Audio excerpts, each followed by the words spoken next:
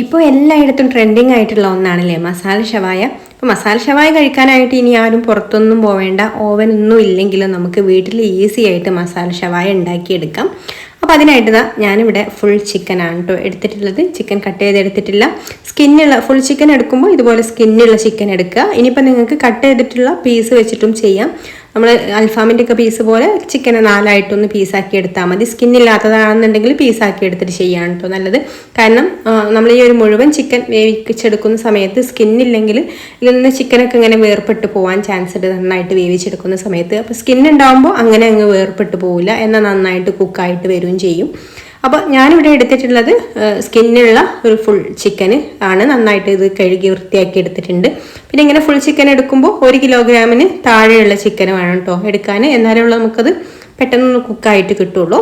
ഈ ചിക്കൻ എല്ലാ ഭാഗത്തും നന്നായിട്ട് ഇതുപോലെ ഒരു ഫോർക്ക് വെച്ചിട്ടോ അല്ലെങ്കിൽ കത്തി വെച്ചിട്ടൊക്കെ ഒന്ന് കുത്തി കൊടുക്കാം, മസാലയ്ക്കുള്ളിലേക്ക് നന്നായിട്ട് പിടിക്കാൻ വേണ്ടിയിട്ട്.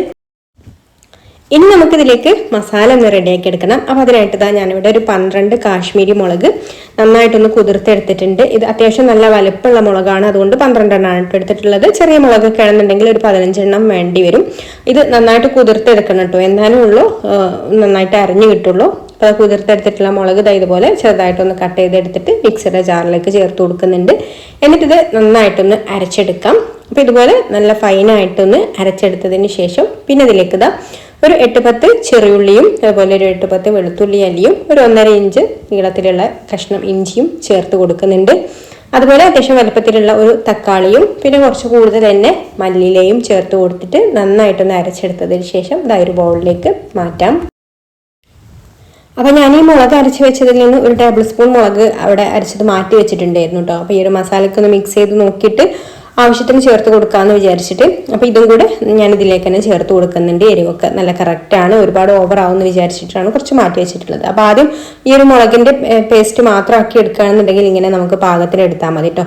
ഇനി നമുക്കിതിലേക്ക് പാകത്തിനുള്ള ഉപ്പ് ചേർത്ത് കൊടുക്കാം. പിന്നെ ഒരു 3/4 ടീസ്പൂൺ മഞ്ഞൾപ്പൊടിയും 3/4 ടീസ്പൂൺ മല്ലിപ്പൊടിയും 1 ടീസ്പൂൺ ഗരം മസാലയും ചേർത്ത് കൊടുത്തിട്ട് നന്നായിട്ടൊന്ന് മിക്സ് ചെയ്ത് കൊടുക്കുന്നുണ്ട്. ഇനി ഇതിലേക്ക് 1 ടേബിൾ സ്പൂൺ തൈരും കൂടെ ഞാൻ ചേർത്ത് കൊടുത്തിട്ട് മിക്സ് ചെയ്ത് കൊടുക്കുന്നുണ്ട്. തൈരോ വിനാഗിരിയോ ഏതെങ്കിലും ഒന്ന് ചേർത്ത് കൊടുത്താൽ മതി. അപ്പോൾ ഇത്രയുള്ളതാ നമ്മുടെ മസാല ഇവിടെ റെഡി ആയിട്ടുണ്ട്. ഇനി നമ്മൾ മാറ്റി വെച്ചിട്ടുള്ള ഒരു ചിക്കൻ്റെ മുകളിലേക്കും അതുപോലെ താഴെ ഭാഗത്തും ഉൾഭാഗത്തും എല്ലാ ഭാഗത്തും ഫുള്ളായിട്ട് ഈ ഒരു മസാല തേച്ച് പിടിപ്പിക്കുക. ആ മസാല തേച്ച് പിടിപ്പിക്കുന്നതോടൊപ്പം തന്നെ ഇതിൽ ഒരുപാട് മസാല വേണം കേട്ടോ. അതായത് ഇതുപോലെ ഇങ്ങനെ പൊതിഞ്ഞിരിക്കുന്ന രീതിയിലാണ് നമ്മൾ മസാല വേണ്ടത് ഈ ഒരു മസാല ഷവായിക്ക്. മസാല കുറച്ച് കൂടുതൽ വേണമല്ലോ മസാല ഷവായ ആകുമ്പോൾ. അപ്പോൾ ഇതുപോലെ എല്ലാ ഭാഗത്തും ഫുള്ളായിട്ട് മസാല ആക്കി കൊടുത്തതിന് ശേഷം നമുക്കിത് റെസ്റ്റ് ചെയ്യാൻ വേണ്ടിയിട്ട് ഒരു 4 മണിക്കൂർ വെക്കാം. അല്ലെങ്കിൽ നമുക്കിത് ഓവർനൈറ്റ് വെക്കാം കേട്ടോ. ഞാനിത് ഓവർനൈറ്റ് ആണ് വെക്കുന്നത്, ഫ്രിഡ്ജിൽ വെക്കണം നമ്മൾ മസാല തേച്ചിട്ട്. ഇനി പിറ്റേ ദിവസമാണ് കേട്ടോ ഞാൻ എടുക്കുന്നത്, രാത്രി മസാല തേച്ച് വെച്ചതിന് ശേഷം. ഇനി നമ്മളിത് കുക്കറിലാണ് റെഡിയാക്കി എടുക്കുന്നത്. അപ്പോൾ നമ്മുടെ ചിക്കന് കുക്കറിലേക്ക് ഇറക്കി വെച്ച് കൊടുത്തിട്ടുണ്ട്. ഇനി ബാക്കിയുള്ള ആ ഒരു മസാലകളൊക്കെ ഇതിൻ്റെ മുകളിലേക്ക് ഇതുപോലെ ഇട്ട് കൊടുക്കാം കേട്ടോ. ഫുള്ള് മസാലയും നമ്മൾ ഇതിൻ്റെ മുകളിലേക്ക് ചേർത്ത് കൊടുക്കണം. ഇനി കുക്കർ അടച്ച് വെച്ചിട്ട് നമുക്ക് 1 വിസിൽ വന്നതിന് ശേഷം പിന്നെ ലോ ഫ്ലെയിമിൽ വെച്ചിട്ട് ഒരു 15 മിനിറ്റ് കുക്ക് ചെയ്തെടുക്കാം. എന്നിട്ട് പിന്നെ ഒരു 15 മിനിറ്റ് കഴിഞ്ഞിട്ട് നമുക്ക് തുറക്കാം കേട്ടോ. കംപ്ലീറ്റ് ആവി പോയതിന് ശേഷം വേണം തുറക്കാൻ വേണ്ടിയിട്ട്. അപ്പോൾ നമ്മുടെ ചിക്കനൊക്കെ ഇവിടെ നന്നായിട്ട് കുക്കായി വന്നിട്ടുണ്ട്. അപ്പോൾ സ്കിന്നുള്ള ചിക്കൻ ആയതുകൊണ്ട് തന്നെ ഒട്ടും തന്നെ ഇതിന് ഇറച്ചിയൊന്നും വേർപെട്ട് പോയിട്ടില്ല കേട്ടോ. ഇനി ഇതിൽ നിന്ന് ചിക്കൻ്റെ പീസ് മാത്രം എടുത്തിട്ട് ഒന്ന് ഫ്രൈ ചെയ്തെടുക്കാൻ വേണ്ടിയിട്ട് ഒരു പാനിലേക്ക് ഒരു 1.5 ടേബിൾ സ്പൂൺ ഓയിൽ ഒഴിച്ചു കൊടുത്തിട്ടുണ്ട്.